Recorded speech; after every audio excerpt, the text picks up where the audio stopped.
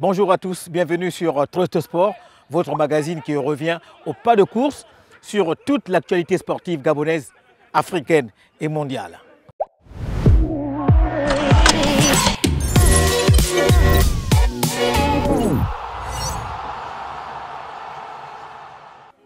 Au sommaire de Trust Sport aujourd'hui, il sera question de la 16e journée du National Foot 1 au Gabon. Dans cette émission, vous aurez les résultats des matchs entre l'AOC Metz et le Vautour Club, puis de la rencontre entre l'ASD Kaki et le Stade Mandji.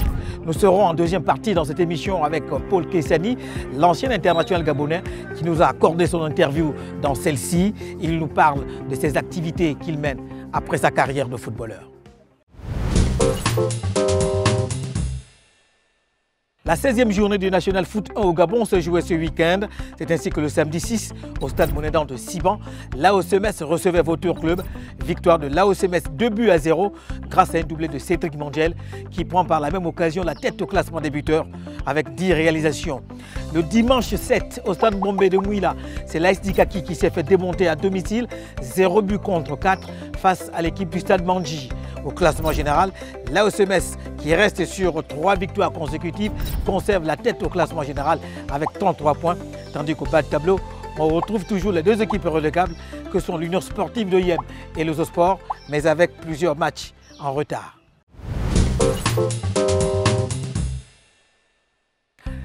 On appelle reconversion professionnelle le fait de changer de secteur et de métier, mais l'important, c'est de s'y prendre correctement. Dans le football, si la moitié des footballeurs professionnels poursuivent leur après-carrière dans le monde du foot, ils sont cependant nombreux à trouver leur voie en dehors et beaucoup y réussissent plutôt bien. Mais que se passe-t-il pour ces footballeurs professionnels une fois qu'ils ont raccroché leurs crampons? Y a-t-il une vie après le foot? Ce sont là des questions que va tenter de répondre Paul Kessani, ancien international gabonais, 78 sélections, ancien sociétaire de East en France, du FC Zestaponi en Géorgie, de l'Union sportive en Bilandiami, du football Canon 105 et de Manga Sport, pour ne citer que ceux-là.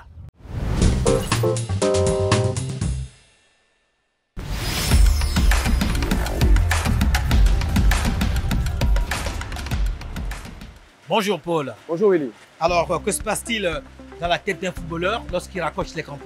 Écoutez, c'est une question difficile pour les anciens sportifs, pas que les footballeurs, parce que pour ceux qui abordent la question pendant qu'ils jouent, elle est beaucoup plus simple, elle est beaucoup plus light. Pour ceux qui sont surpris après leur carrière, malheureusement, c'est une question assez difficile qui leur permet parfois de perdre du temps et parfois de se perdre. Dans mon cas, par exemple, je savais ce que je voulais, faire. On va dire aujourd'hui, en tant qu'analyste des questions du sport et du football en particulier, consultant, j'ai pu rapidement passer ce cap de footballeur à consultant et autres. Et puis après, j'ai la casquette de l'entrepreneur que vous connaissez qui me permet de faire plusieurs activités, dont mon agence Conseil Sport et puis bien d'autres activités. Y a-t-il une vie après le football? Bien sûr, Willy. C'est justement ce qui est palpitant lorsqu'on est footballeur, quand on embrasse la carrière de footballeur, parce qu'on a en réalité un âge qui nous permet de pouvoir jouer au foot, qui est de l'ordre, on va le dire, pour certains, quand ils arrivent jusqu'au bout, 35, 36 ans, 37. Mais qu'est-ce que vous faites après? Donc, bien évidemment qu'il y a une autre vie. Moi, je suis l'exemple partant, et bien d'autres, qui sont des anciens entraîneurs, des dirigeants de football, ou qui sont pâtissiers, qui sont hommes d'affaires, qui sont entrepreneurs, qui amorcent une seconde vie professionnelle, j'entends dire. Alors, on sait que vous menez beaucoup d'activités sur le terrain. C'est vrai qu'il y en a plusieurs. On va essayer d'énumérer une seule. Location Sport Consulting, c'est quoi? Voilà, Location Sport Consulting, en réalité, dès que j'ai arrêté le foot, je me suis mis comme consultant, analyste des questions du football, et puis sur les petites formations que j'ai faites sur la gestion des organisations sportives. Avec des amis, je me suis dit pourquoi pas créer, justement parce qu'il y avait un besoin, un instrument qui va permettre justement de concevoir des projets, des programmes, des projets d'accompagner, que ce soit dans le monde associatif sportif ou tout projet sportif. Et donc aujourd'hui, Location, c'est un instrument qui nous permet, dans mon cas, avec mes partenaires, de pouvoir justement accompagner au mieux les associations, les entreprises qui voudraient aller dans des événements sportifs. Et puis de l'autre côté, on a la casquette d'entrepreneur. Vous avez pu voir justement derrière tout ce que je fais. Mais Location pour moi, c'est vraiment ce qui me permet de rester dans le milieu footballistique. J'ai pu, comme vous le savez, dans le cadre de la Ligue de l'Est hier, mettre en place un projet que j'ai proposé, que j'ai appelé les 3 heures, ben, c'est le fruit de Location Sport Consulting. Et puis, Location Sport, c'est dans votre langue vernaculaire. Tout à fait. La Kélé, Longom, ça veut dire quoi? C'est normalement LS Sport. Location, en fait, en réalité, ça veut dire enlever la honte. Mais littéralement, c'est ce que ça veut dire. Mais en réalité, c'est une forme de dire, quand on dit Lokameshon, enlève-moi la honte, ça veut dire en réalité que la réussite, si vous voulez bien. En langue Akélé du groupe Ngom.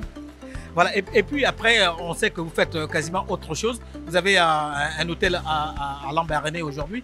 Vous employez beaucoup de Gabonais? Oui, c'est comme vous le savez, je vous ai dit la casquette d'entrepreneur. On fait encore beaucoup d'autres choses à côté. Mais ça, c'est évidemment un projet qui me tenait à cœur, pour lequel je ne suis pas seul, dont je suis l'exploitant, mais qui me parlait depuis des années en fait. Et puis surtout le faire chez moi à Lambaréné. Et mettre en avant tous les aspects touristiques. Bien évidemment, la priorité pour nous, c'est d'employer des jeunes sur le plan local, des Gabonais en particulier. On n'a 2 étrangers sur 21 employés. Oui, donc il y a cette petite casquette d'entrepreneur qui est derrière et qui me permet pour l'instant de pouvoir me mouvoir et m'épanouir en fait. Vous êtes resté un tout petit peu dans le football parce que dernièrement, vous avez été candidat malheureux, mais après, vous avez pu avoir raison auprès du TAS, du tribunal arbitral du sport, quant à l'élection à la tête de la Ligue de football de l'Estuaire. Est-ce que vous comptez vraiment revenir un jour dans le football? Ben, je ne suis jamais loin du football. Ça a commencé par mon engagement dans l'association des footballeurs, pour lequel je pense avoir donné beaucoup pour défendre les droits des footballeurs et faire des propositions assez concrètes. Et puis mon instrument LS Sport, Location Sport Consulting. Et puis derrière mon engagement, qui est celui toujours de pouvoir apporter dans le football. D'où justement cette élection où je me suis présenté, qui a été pour moi une super expérience. Ça a été un échec parce que je ne suis pas arrivé en tant que président, mais ça a été une super expérience parce que mon projet a accroché. J'ai eu vraiment une adhésion totale de mes idées. Et donc oui, je ne peux pas rester en marge. Je suis pour l'instant, on va dire, en repli stratégique, mais je ne reste pas loin du football, ne vous inquiétez pas. Merci Paul. Je vous en prie.